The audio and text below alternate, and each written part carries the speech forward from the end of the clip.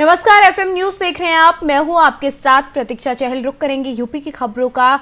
छठे चरण के मतदान के लिए यानी कि कल गुरुवार 3 मार्च को मतदाता तैयार हैं। मतदान की तैयारी को लेकर मुख्य निर्वाचन अधिकारी प्रेस कॉन्फ्रेंस कर चुके हैं। इस दौरान मुख्य निर्वाचन अधिकारी अजय कुमार शुक्ला ने बताया कि छठे चरण के मतदान की तैयारियां पूरी कर ली गई हैं और 3 मार्च को स्वतंत्र, निष्पक्ष, पारदर्शी तरीके से मतदान संपन्न कराने के लिए आवश्यक व्यवस्था के निर्देश दिए गए हैं।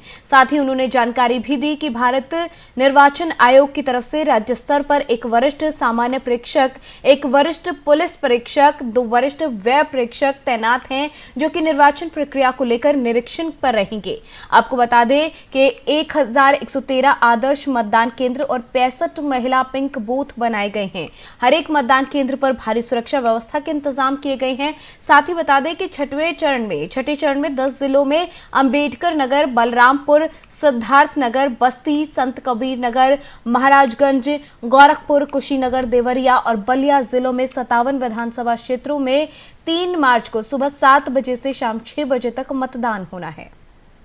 समाप्ति के दिन तक छठे चरण के 10 जनपदों में कुल ₹1.70 करोड़ नगद तथा 2.01 लाख लीटर शराब की बरामदगी हुई है, जिसके संबंध में विधिक कार्रवाई की जा रही है। मतदान पर पर्यवेक्षण हेतु प्रत्येक जनपद में न्यूनतम 50% मतदेय स्थलों पर लाइव वेबकास्टिंग की व्यवस्था की गई है। इसका पर्यवेक्षण जिला निर्वाचन अधिकारी, मुख्य निर्वाचन अधिकारी कार्यालय और भारत निर्वाचन आयोग तीनों स्तरों पर किया जाएगा। उपरोक्त के साथ साथ आवश्यकता अनुसार वीडियो कैमरे की व्यवस्था भी की गई है। चुनाव को शांतिपूर्ण ढंग से संपन्न कराने हेतु पर्याप्त मात्रा में अर्धसैनिक बलों की तैनाती की गई है। प्रत्येक मतदान केंद्र पर अर्धसैनिक बलों की तैनाती सुनिश्चित की गई है एवं ईवीएम के स्ट्रांग रूम की सुरक्षा की जिम्मेदारी भी अर्धसैनिक बलों को दी गई है। चुनाव प्रक्रिया को संपन्न कराने के लिए 6114 भारी वाहन, 4005 हल्के वाहन तथा 1,10,281 मतदान कार्मिक लगाए गए हैं। चुनाव में सभी 25,326 मतदेय स्थलों हेतु मतदान के लिए आवश्यक ईवीएम एवं वीवीपैट तथा अलग अलग जनपदों में पर्याप्त मात्रा में रिजर्व ईवीएम एवं वीवीपैट की व्यवस्था की गई है। उन सभी जनपदों में तकनीकी रूप से प्रशिक्षित कार्मिकों की भी व्यवस्था की गई है, जिससे कि ईवीएम अथवा वीवीपैट में किसी समस्या की स्थिति में तत्काल उसका निराकरण कराया जा सके। भारत निर्वाचन आयोग द्वारा जिला निर्वाचन अधिकारी के माध्यम से वोटर इंफॉर्मेशन स्लिप सभी निर्वाचकों को वितरित कराई गई है, जिसके माध्यम से उन्हें अपने वर्तमान मतदेय। मुख्यमंत्री योगी आदित्यनाथ ने बुधवार को मऊ के बाद आजमगढ़ जिले में भी 2 चुनावी जनसभाओं को संबोधित किया। सीएम योगी समाजवादी पार्टी पर हमलावर रहे अपनी सरकार में हुए कामों का बखान करते हुए भी उन्होंने सपा पर निशाना साधा। कहा, सपा ने आजमगढ़ की पहचान का संकट खड़ा कर दिया था। उन्होंने कहा कि डबल इंजन की सरकार ने विश्वविद्यालय, एक्सप्रेसवे और एयरपोर्ट के माध्यम से नई पहचान देने का काम किया। आजमगढ़ अब आतंक की नर्सरी नहीं बल्कि आर्यमगढ़ बनेगा।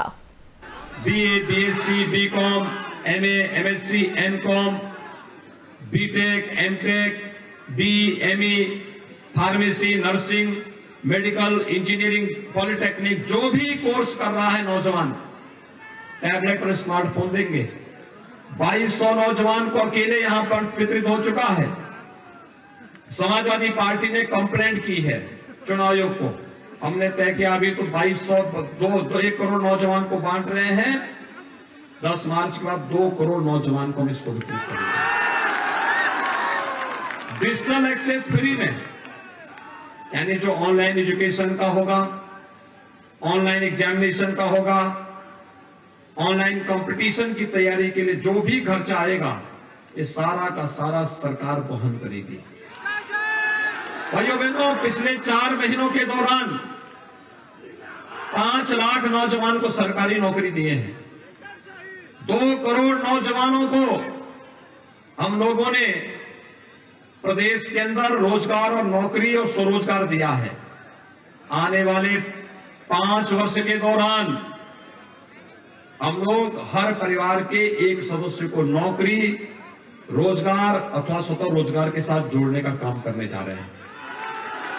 अभी यहां पर श्रीमती वंदना सिंह जी कह रही थी महिला स्वयंसेवी समूह को प्रोत्साहित करने के लिए।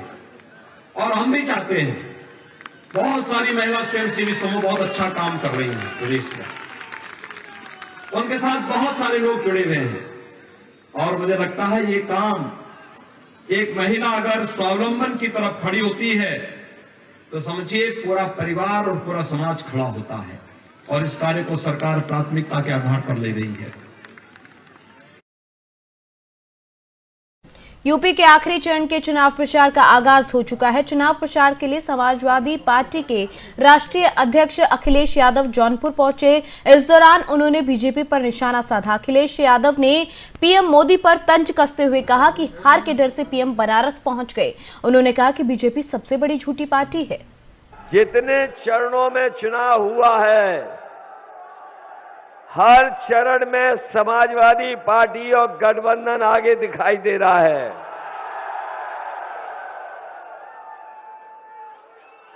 और पहली बार देखने को मिल रहा है कि हर चरण में जो जनता है वो गठबंधन को जिताना चाहती है।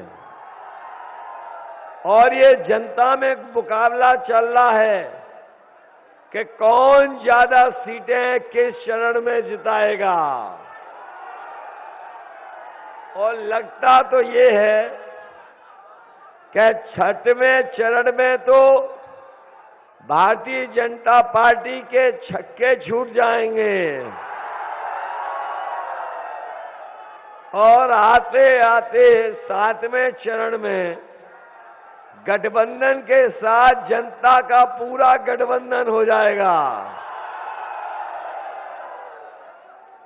इनके खाते नहीं खुलेंगे सातवें चरण में। जो लोग गर्मी निकाल रहे थे, बताओ उनके नेता कार्यकर्ता ठंडे पड़ गए कि नहीं पड़ गए? उनके नेताओं की गाड़ी से झंडे उतर गए कि नहीं उतर गए? और अब तो सुनने में आ रहा है बीजेपी के नेताओं ने अपने घरों से भी झंडे उतार दिए। और जिन्हें हार का डर है, जिन्हें सबसे ज्यादा हार का डर है, वो बताओ बनारस पहुंच गए कि नहीं पहुंच गए?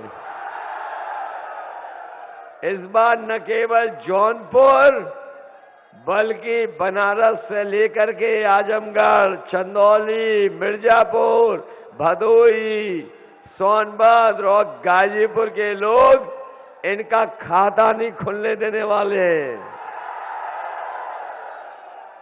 आपने इनके भाषण सुने होंगे, इनके नेताओं के। इनके नेता पूरे देश के यूपी में आ गए। बताओ यूपी में आ गए कि नहीं आ गए? और जब इनका भाषण सुनोगे तो पाओगे कि इनसे बड़ा कोई झूठ नहीं बोल सकता। कहने को तो बीजेपी वाले कहते हैं कि वो दुनिया की सबसे बड़ी पार्टी है, लेकिन इनके नेताओं के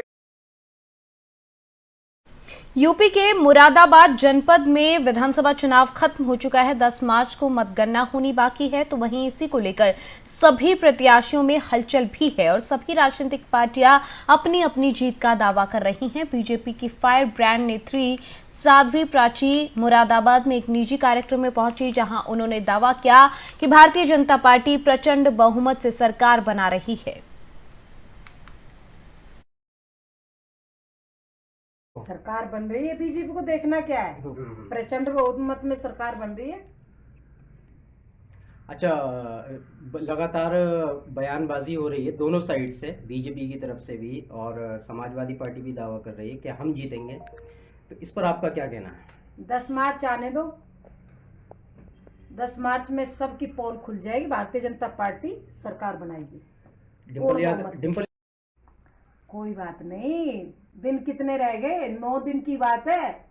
10वें दिन सबका पिटारा खुल जाएगा। ये संस्कारहीन लोगों की बात है जो भगवा को बदनाम करने के शुरू से ही इनकी साजिश रही है। इनको नहीं पता कि भगवा हिंदुस्तान की आन बान और शान और हिंदुस्तान के स्वाभिमान का प्रतीक है। परमात्मा के दिए हुए सूर्य को अपमानित करने का काम कर रही है डिम्पल यादव।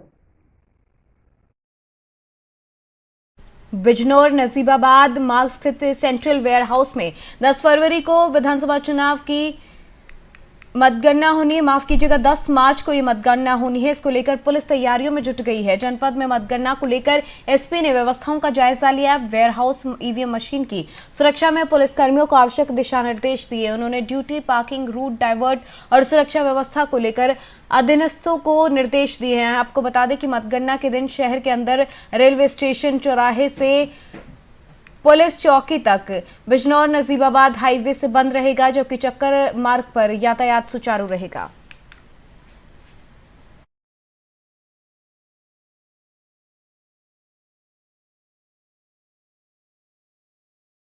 यूपी में कल छठे चरण का चुनाव होगा, जिसको लेकर सभी मतदान केंद्रों के लिए मतदान जो पोलिंग पार्टियां वो रवाना कर दी गई हैं। सभी मतदान केंद्रों की कड़ी सुरक्षा व्यवस्था की जा रही है। कल सुबह 7 बजे से शाम 6 बजे तक मतदान केंद्रों पर मतदान होगा। जिले के 3 विधानसभा के मतदान केंद्रों पर मतदान होना है।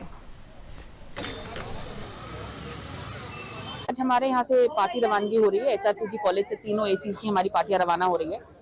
सवेरे 8 बजे से यहाँ पे कार्रवाई स्टार्ट हो गई थी और दोपहर तक हम लोग सारी पार्टियां रवाना कर देंगे।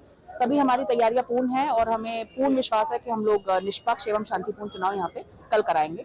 साथ ही में मेरी सभी लोगों से अपील है कि कल जरूर निकल के अपना मतदान करें। आपके बूथ पे सारी तैयारियां। विधानसभा चुनाव को सकुशल संपन्न कराने के लिए गोरखपुर में प्रशासन और पुलिस की तरफ से तैयारियां पूरी कर ली गई हैं। बुधवार की सुबह से ही विश्वविद्यालय परिसर में पोलिंग पार्टियां बूथ के लिए रवाना हो चुकी हैं। इस दौरान मीडिया से बात करते हुए चुनाव प्रभारी और CDO इंद्रजीत सिंह ने बताया कि गोरखपुर में कुल 4126 पोलिंग पार्टियां रवाना हो रही हैं। कल यानी कि 3 तारीख को 10 जिलों की 57 सीटों पर मतदान होना है।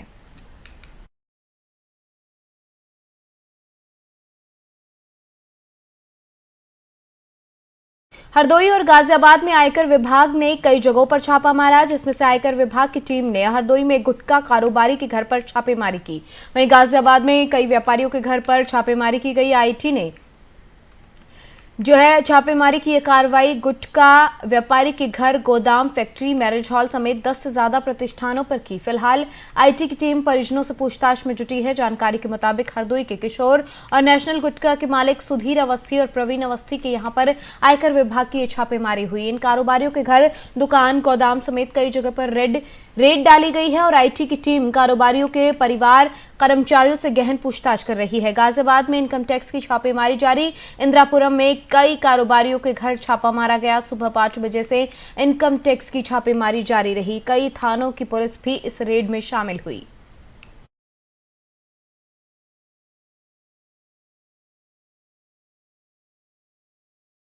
चलिए अगली खबर जन सरोकार से जुड़ी, क्योंकि अगर आप भी फ्लैट या प्लॉट खरीदने वाले हैं तो जरा सावधान हो जाएं, क्योंकि गाजियाबाद पुलिस ने एक ऐसे गिरोह को गिरफ्तार किया है जो लोगों को प्लॉट और फ्लैट दिलवाने के नाम पर ठगी करता था।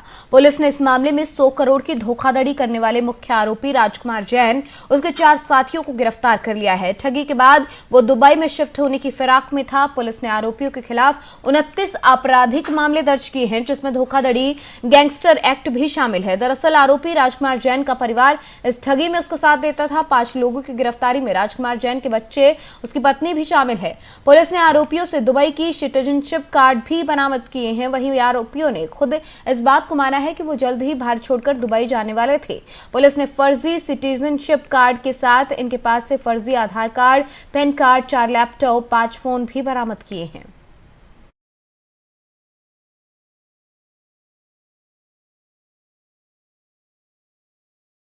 वहीं पूर्व जिला पंचायत सदस्य को जान से मारने की धमकी देकर 20 लाख की रंगदारी मांगी गई। रोजाना पत्र भेजकर रंगदारी न देने पर बम से उड़ाने और जान से मारने की धमकी दी गई।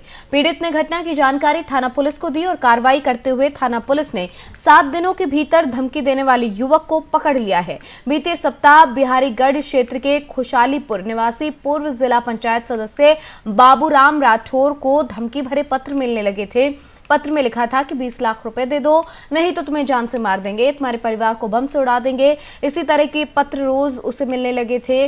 पीड़ित ने थाना अध्यक्ष मनोज चौधरी को घटना की जानकारी दी। मंगलवार को थाना पुलिस धमकी देने वाले युवक की जानकारी लेकर पुलिस ने इसकी छानबीन शुरू कर दी। पुलिस ने सुंदरपुर तिराहे से शोभाराम, जो कि पुत्र निहाल सिंह बताए जा रहे हैं, गांव लालेवाला भगवानपुर के रहने वाले हैं, उन्हें गिरफ्तार कर लिया। इनके कब्जे से बाबूराम राठौर को धमकी दिए जाने वाले दूसरे पत्र भी बरामद किए गए हैं। थाना पुलिस ने आरोपी को कोर्ट में पेश कर जेल भेज दिया है। देखिए, ये थाना बिहारीगढ़ में गांव पड़ता है खुशहालीपुर।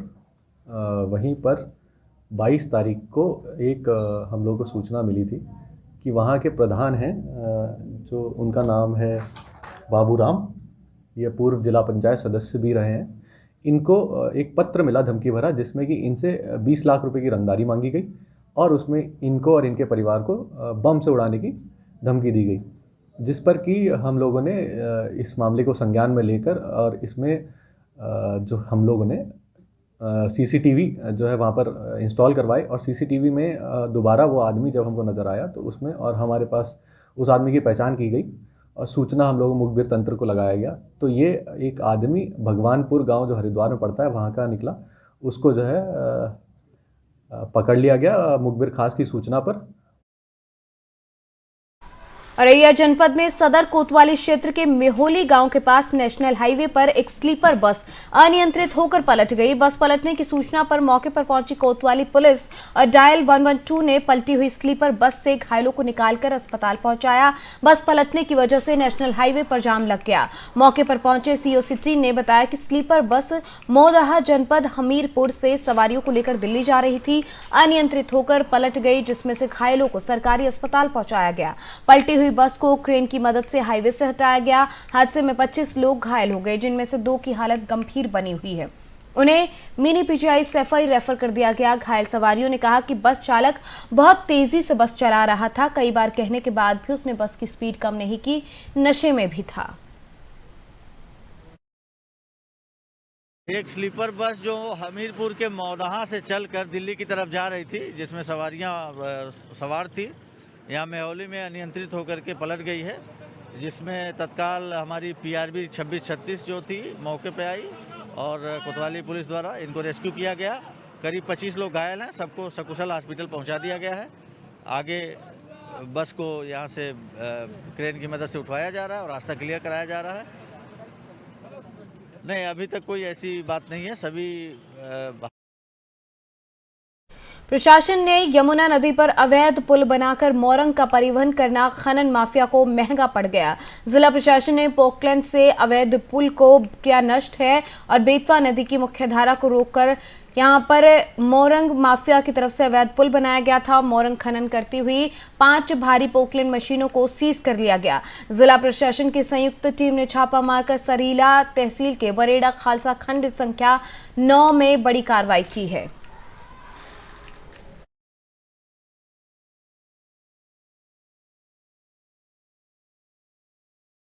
जनपद झांसी के मऊ रानीपुरा कोतवाली क्षेत्र में इन दिनों सोशल मीडिया पर एक वीडियो जमकर वायरल हो रहा है, जिसमें लोग एक दूसरे के साथ मारपीट करते हुए नजर आ रही हैं।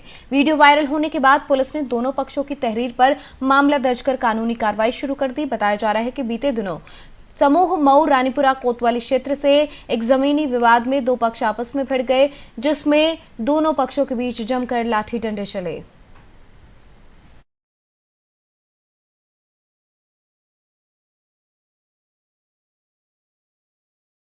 वहीं झांसी के ही मऊ रानीपुर कोतवाली क्षेत्र के गांव चुरारा में किसान का शव बाइक सहित कुएं में पड़ा मिला। घटना की सूचना मिलते ही मौके पर पहुंची पुलिस ने शव को कब्जे में लेकर कार्रवाई शुरू कर दी। बताया गया है कि मऊ रानीपुर कोतवाली क्षेत्र के तहत पड़ने वाले गांव चुरारा में वहां के रहने वाले अनंत राम, जो कि 5 दिनों से लापता थे। परिजनों ने बताया कि रात के अंधेरे में वो खेत में घुसे जानवर को भगाने के लिए बाइक से गया था। बाइक के साथ ही कुएं में जा गिरा, जिससे उसकी मौत हो गई।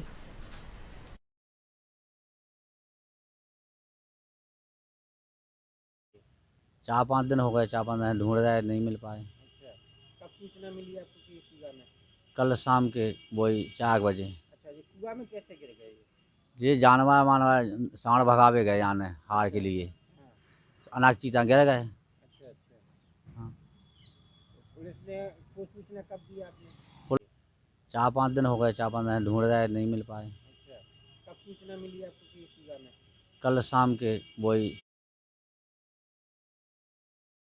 वहीं कोतवाली देहात के नजीबाबाद चौराहे के पास एक अज्ञात पुरुष का शव मिला है। अज्ञात के उम्र करीब 27 साल बताई जा रही है। सूचना पर पहुंची स्थानीय पुलिस की तरफ से शव को कब्जे में ले लिया गया, पोस्टमार्टम के लिए भेज दिया गया है। बता दें कि शव के शरीर पर कोई भी चोट के निशान नहीं। शव को कब्जे में लेकर पंचायतनामा दर्ज करने के बाद उसे पोस्टमार्टम के लिए भेजा गया और आगे की कार्रवाई शुरू कर दी गई है।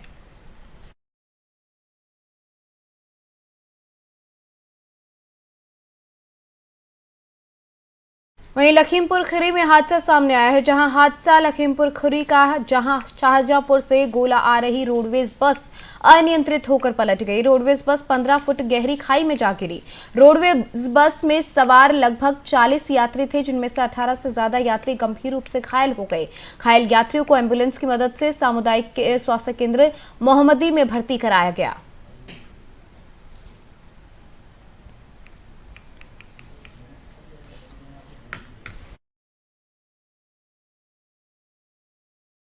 किलो थी हमारी, वो एकदम से बहुत तेज आ रहा था स्पीड में, डीसीएम वाला एकदम देंगे काट दिया। अच्छा, बच गए, अगर गाड़ी काटते नहीं तो हम खुद समझ जाते उसकी। अच्छा, डीसीएम वाला सामने से आ रहा था? डीसीएम वाले ने मारा है। गाड़ी में लगभग कितने परिचालक थे? गाड़ी में कितने लोग थे? लगभग लमसम होंगे करीब 40 लोग थे। चलिए ठीक। किलो थी हमारी वो। वही खबर बिजनौर से, जहां तेज रफ्तार ट्रेन की चपेट में आने से एक युवक की दर्दनाक मौत हो गई। वहीं पुलिस अज्ञात युवक की पहचान कराने में जुटी है। जानकारी के मुताबिक नजीबाबाद थाने क्षेत्र के फाजलपुर डाउन लाइन का ये पूरा मामला है। फिलहाल पुलिस ने युवक के शव को कब्जे में ले लिया है और पोस्टमार्टम के लिए भेज दिया है। पुलिस आसपास के लोगों से शिनाख्त के लिए पूछताछ कर रही है ताकि युवक की पहचान हो सके।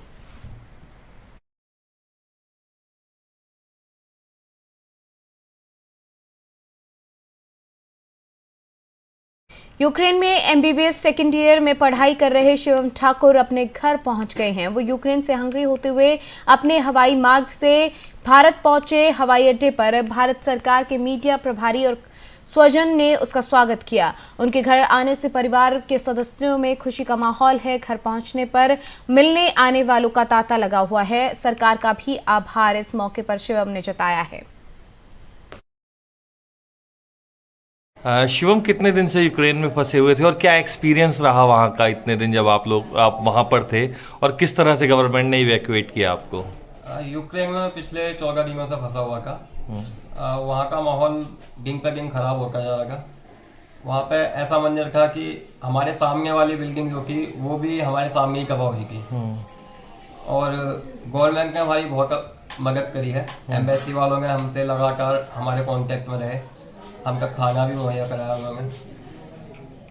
तो जब गवर्नमेंट से आपने किस तरह से कांटेक्ट करने की कोशिश की जब आपको लगा कि वहाँ पे युद्ध की जो स्थिति है वो बिगड़ती जा रही है, फिर गवर्नमेंट ने किस तरीके से रिस्पांस किया और किस तरीके से आपको इंडिया लेकर आए? गवर्नमेंट ने हमें अच्छा रिस्पांस करा। उन्होंने एम्बेसी वालों के नंबर हमारे तक पहुँचाए। अगर वो नंबर लोकल नंबर नहीं मिलेगा तो उन्होंने व्हाट्सअप नंबर भी हमें पहुँचाएंगे। व्हाट्सअप कॉल पर हमारी बात हुई उनसे। फिर उन्होंने वहाँ से बस के थ्रू हमें निकाला एम्बेसी वालों ने, और फिर वो हमें हंगरी लाए। हंगरी ला के बुडापेस्ट एयरपोर्ट पे निकाला। यहाँ पे विधानसभा चुनाव के प्रचार के बीच यूपी के डिप्टी सीएम दिनेश शर्मा ने सपा बसपा पर जमकर हमला बोला और कहा कि बीजेपी इस बार और भी ज्यादा सीटों के साथ सरकार बनाने जा रही है। एफएम न्यूज से खास बातचीत में क्या कुछ कहा है डिप्टी सीएम ने दिनेश शर्मा ने, साथ ही साथ आपको इस खास बातचीत के साथ छोड़ दिए जाते हैं और बताते हैं कि आखिर इस खास बातचीत में दिनेश शर्मा की तरफ से क्या कुछ कहा गया है। नमस्कार, जय हिंद। मैं अक्षय राय आप सभी का स्वागत करता हूं। हमारे साथ मौजूद हैं deputy CM Dinesh Sharma ji. Dinesh sir, पश्चिम से लेकर के पूर्व तक अब लड़ाई आ गई है, क्या लगता है बीजेपी कहां खड़ी है? देखिए, मैं समझता हूं कि जो विपक्ष है वो सड़क पर खड़ा है और बीजेपी विधानसभा के अंदर खड़ी है। 5वें चरण के बाद एब्सोल्यूट मेजॉरिटी बीजेपी प्राप्त कर चुकी है और मैं कह सकता हूं छठा और सातवां राउंड हमें 300 के पार पहुंचाएगा। और जिस तरीके से अंडर करंट जो है वो हाई वोल्टेज करंट में बन के विपक्ष को झटका दिया है जिसने, मैं समझता हूँ कि ये जनता ने चुनाव लड़ाया है।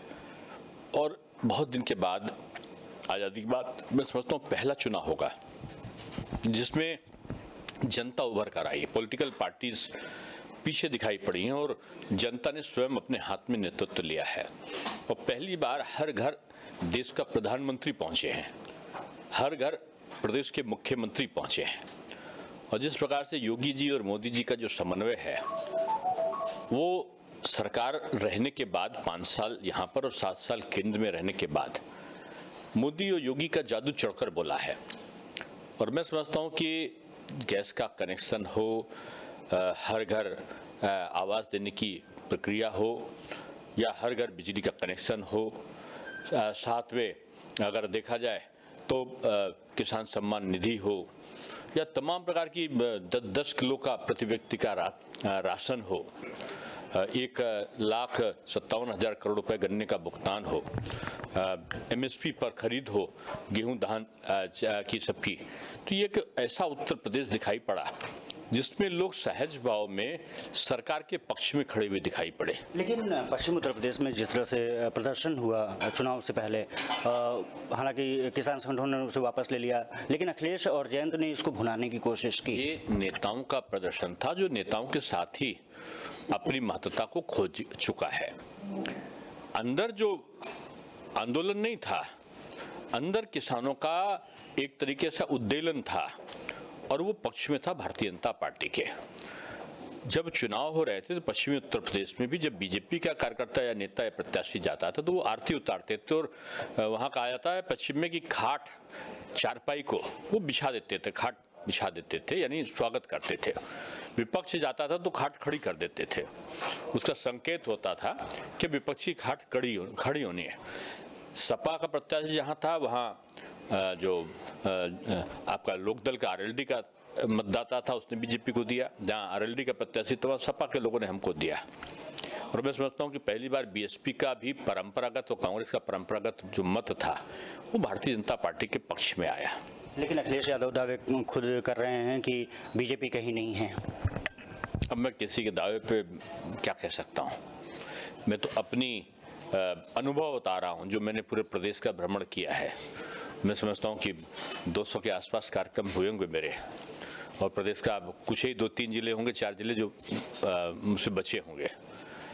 और मैं कह सकता हूँ कि जो करंट है बीजेपी का वो चढ़कर बोल रहा है। लेकिन जैसे जयंत चुनाव लड़े, जयंत को मनाने की भी आपने कोशिश की, नहीं हुए, तो क्या ये माना जाए कि चुनाव बाद अगर कुछ चीज़ें कम हुई, सीटें कम हुई तो जयंत वापस आए? बीजेपी के बारे में पहले जान लीजिए, वो ना तो किसी को नाराज करती है ना किसी को मनाती है। बीजेपी अपने बल पर केंद्र में भी और प्रदेश में भी सरकार में है, और भविष्य में भी अपने कार्यकर्ताओं के बल पर और जनता के बल पर वो काम करती रहेगी। रहा बात किसी भी दल का नेता का सम्मान करना, ये हमारी विशेषता रही है, हमने सभी का सम्मान किया है। कुछ लोग छोड़ कर गए, उनका इम्पैक्ट नहीं पड़ रहा है। अब या अभी से गिनती गिन लीजिए कि 10 मार्च तक उनकी उल्टी गिनती शुरू हो गई है। एक जो छोड़ के गया होगा, एक जीत कर अगर आ जाए तो आप फिर से इंटरव्यू लीजिएगा। एक चीज़ है कि आपका नारा रहा कि काशी और अयोध्या हुई हमारी, अब मथुरा की बारी, तो क्या ये माना जाए कि कृष्ण की धरती को लेकर के भी आप? क्या है, अयोध्या में हमने डेवलपमेंट प्रोसेस बहुत वृहद पैमाने पर किया है। काशी आप जहाँ बैठे हो, बम बम बोल रहा है काशी, मगन हुए काशी निवासी, यहाँ का नागरिक बोल रहा है। और यही डेवलपमेंट प्रोसेस हमने बहुत तेजी के साथ में मथुरा में शुरू किया है, और काफ़ी काम हो भी गया है, जो बाकी उसको हम पूरा करेंगे। कोर्ट के माध्यम से करेंगे या फिर कार सेवक के माध्यम से? नहीं, देखो आप गलत आशय में ले जा रहे हैं। बीजेपी ने हमेशा कोर्ट के आदेशों का ही पालन किया है, और जो डेवलपमेंट हम कर रहे हैं या जो देव स्थानों का या ऐतिहासिक स्थलों का जीर्णोद्धार का काम हम कर रहे हैं, उससे निश्चित रूप में सभी जाति धर्म के लोगों का लाभ होने वाला है। बाहर का पर्यटक आएगा, आमदनी बढ़ेगी, होटल होगा, सड़क होगी, ट्रांसपोर्ट के साधन होंगे। दिनेश सर, ये पूर्वांचल का आखिरी सिरा है। प्रधानमंत्री मोदी यहाँ सांसद हैं, तमाम कार्य भी हुए हैं, लेकिन विपक्ष कहता है कि उतने काम नहीं हुए जितनी ज़रूरत थी। विपक्ष उसका जितने काम हुए हैं उसका 1% काम वो गिना दे कि उसके शासन में हुए, तो मैं मान जाऊंगा कि विपक्ष ने भी कुछ किया है। और विपक्ष के तो एमएलसी ने, उत्तर प्रदेश में विधान परिषद का नेता सदन भी हूँ, और उस समय समाजवादी पार्टी के शत्रुघ्न प्रकाश जी ने धन्यवाद ज्ञापन किया प्रधानमंत्री जी का, और लिख कर गए कि काशी विश्वनाथ मंदिर में जब समाजवादी पार्टी के नेता थे, उन्होंने अपने नेता को उस समय के मुख्यमंत्री को लिखा कि आप इसका जीर्णोद्धार करा दें, यहाँ पे कुछ वो हो जाए। तो उसके बाद उन्होंने ऐसा पेंट करा दिया था उस सरकार के शासन में, वहाँ के अधिकारियों ने या उस लोगों ने, जिससे वो उसकी जो अस्तित्व है उसमें नुकसान पहुँच रहा था। उसको हटाने के लिए उन्होंने सपा में रहते हुए कई बार पत्र लिखे, वो सार्वजनिक हुए। तो अब कोई कहता मैंने सपना देखा था, कोई ने 40 साल पहले सपना देखा, किसी ने 50 साल पहले सपना देखी, लेकिन जिंदगी भर सपने ही देखते रहे, सोते ही रहे। बीजेपी जागती रही, वो काम करती रही। छात्र राजनीति से आप सक्रिय रहे, डिप्टी सीएम का सफ़र, और अब जो चुनाव देख रहे हैं, अलग लग रहा है चुनाव की पहले जैसे ही कुछ है?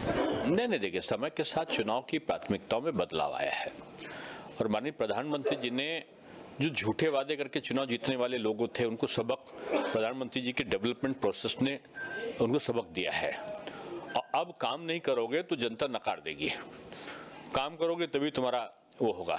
अब झूठे वादे वाले एक्सपोज हुए हैं, और मैं समझता हूँ कि ये प्रचलन अब हुआ है कि अब जनता के बीच जाना भी पड़ेगा और काम भी करना पड़ेगा।